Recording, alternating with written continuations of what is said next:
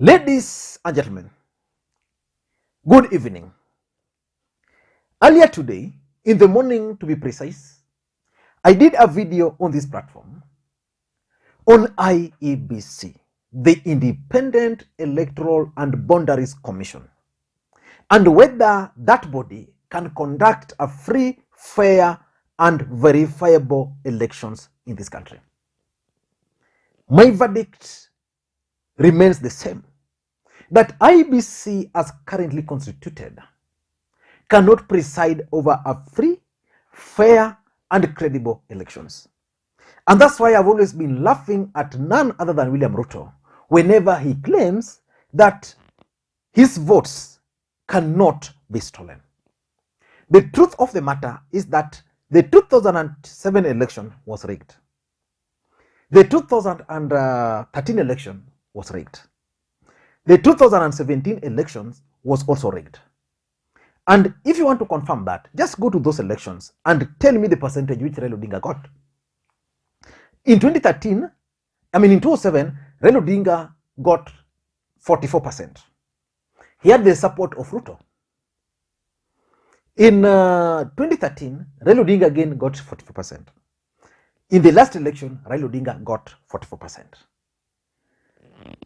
William Ruto, who is a frontrunner in the upcoming general election, today met with the European Union ambassadors in this country.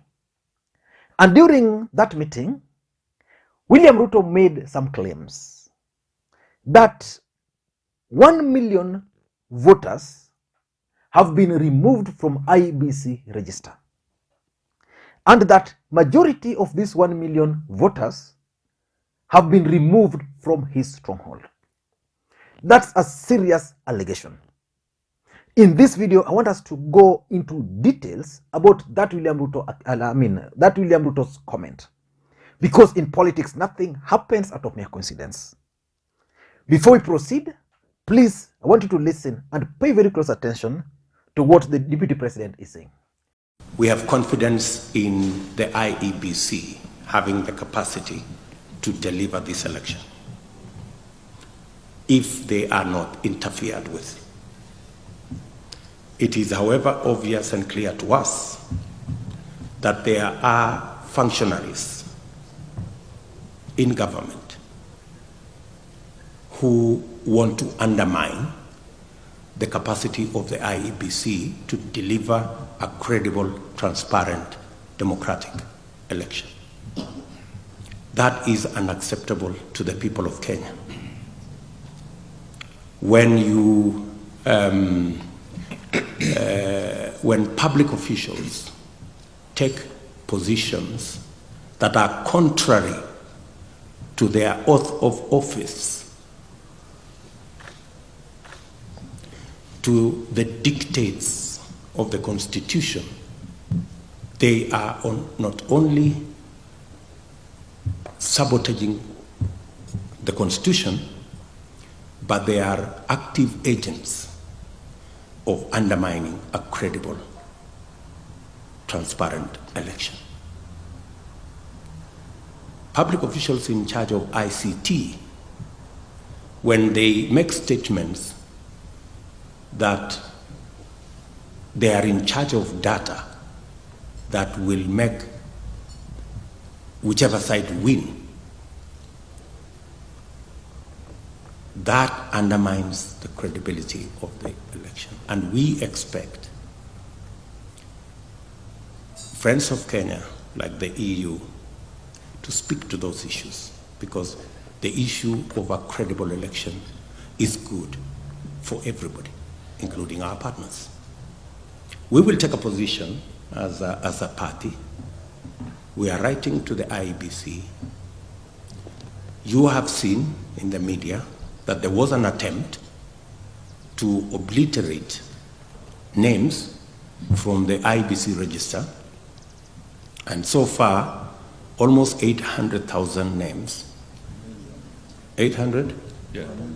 About a million names have somehow disappeared from the register. It's in the public domain. And I think even the IEBC have have said they are doing some remedial steps. Those kind of attempts are dangerous, especially when certain public officials are chest thumping that they have the so-called system and the deep state to manipulate the election. We are ready to work with the IEBC and friends to make sure that we deliver on a credible election. We expect that everybody who is concerned, including the EU, to try and get as much detail as possible, both from the IEBC and from these public officials, on what this all is about and how did close to 1 million names disappear from the register. And many of those names are people from what we consider our stronghold. So there is a clear attempt to try some monkey games. We don't believe they will succeed, but these attempts are a source of concern to Kenyans. No, that's William Samoei Arap Ruto. And if you've been listening to William Ruto statements in this country when he's in rally, because this was a closed door meeting, whenever the deputy president is in public rallies, he's always insisting that his votes cannot be stolen. And then the good lady has said, how do we make sure that this vote is not stolen? Let me give you my word. Yeah? Let me give you my word. This vote will not be stolen. Yeah? And if you look at me properly, I am not the type of a person that anybody can steal their vote from me. It's not possible. It's not possible. It's not possible. And I have often said this just for you to understand. We ran against the handshake people in Lungalung, in Msambweni. And this man led our team in Msambweni. This Salim Vuria. He led our team in Msambweni. We defeated the handshake group. So I want us to look at the inner meaning of what the deputy president was trying to say. Before we do that, in case you are watching this channel for the first time, I want you to take a second or two, click the subscribe button so that next time we produce a video like this, YouTube will automatically notify you. And to the subscribers, I want to continue. Thank you guys for your continued support, because without that support, the channel cannot be where it is. So please, I'm making a request. Just give this video thumbs up. Now let us get back to the main issue. Why do you think William Ruto raised the issue of rigging and with the European Union? As a matter of fact, the European Union are investing heavily in this election. The other truth is that the European Union can pile pressure on IBC to conduct free, fair, and credible elections. And as a matter of fact, the European Union can put pressure on the government to ensure that the elections are free and fair. The statement by the deputy president is pointing finger mainly at one individual, the cabinet secretary for ICT. In the last election, William Samoei Arap Ruto is on record supporting the same guys he's now accusing of participating in politics. Miwa former prime minister anashindana na Uhuru Kenyatta, awachane na Matiang'i. Ama namna gani? Sisi tunamwambia wale washindane na sisi. Sio IEBC itapiga kura, sio ballot papers itapiga kura, sio wanajeshi watapiga kura, sio polisi watapiga kura, wananchi hawa wa taifa letu la Kenya. But I don't want to get into that. I just want us to try and figure out what is happening. Because William Ruto is very clear that the elections I mean, the data which are being deleted, or the names, are primarily in his stronghold. 1 million being removed from Central and removed from Rift Valley is huge. If William Ruto were to get 80% of votes from the larger Mount Kenya region, it will mean that if you're talking of 1 million, he's going to lose 800,000 votes. 800,000 votes is enough to make a huge difference in this particular election. Because the truth of the matter is that elections in this country is won by 50% plus one vote. So the 800,000 is huge. And remember, Raila Odinga is going into this election with advantage. The advantage is that he's never received the support from the system. His votes have always been suppressed. Jubilee votes were inflated in the last election, and there were several questions about the voter register. In fact, in the last election, one thing which kept on coming is the voter register. So, in my view, my takes are as follows. Number one, and basically there are questions. Question number one, in 2017, were there dead voters in the register? Because there's always this issue of dead voters in this country turning up to vote. Like you have 100 registered voters in a polling station. After 5 years, the turnout is 100. Nobody is dead. So is it possible that in the last election, the system looked at the people who had died, then added those people who had died and made them vote? Remember, William Ruto was right at the center of the last election. Were there dead voters in the register? Because NASA at that time really wanted the register to be made public. That register was never made public. The register was never made public. Why was this register never made public? That's a question which should be answered today.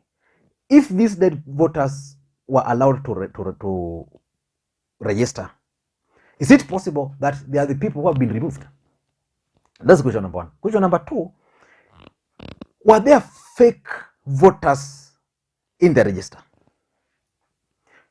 Of course, if you look, anybody who understands statistics, if you look at the registered voters in the larger Mount Kenya region in 2007, 2013, and 2017, the figures don't add up.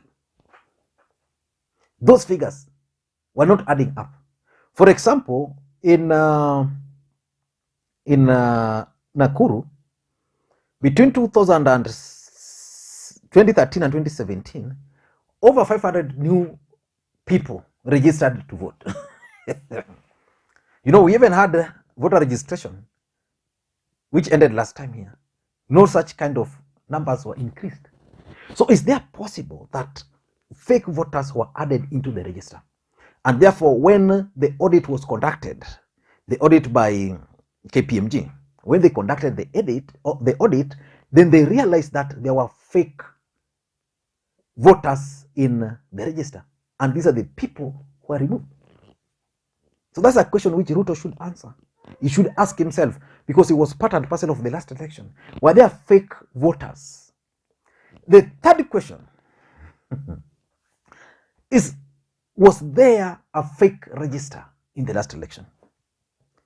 Because the way the voter register was being managed and handled in this country was a top secret. And at some point, I remember during the last election, NASA claiming that the register which the IBC were using was not the true register. So the question is there a chance that the government of the day that time, or the deep state at that time, had a different register from what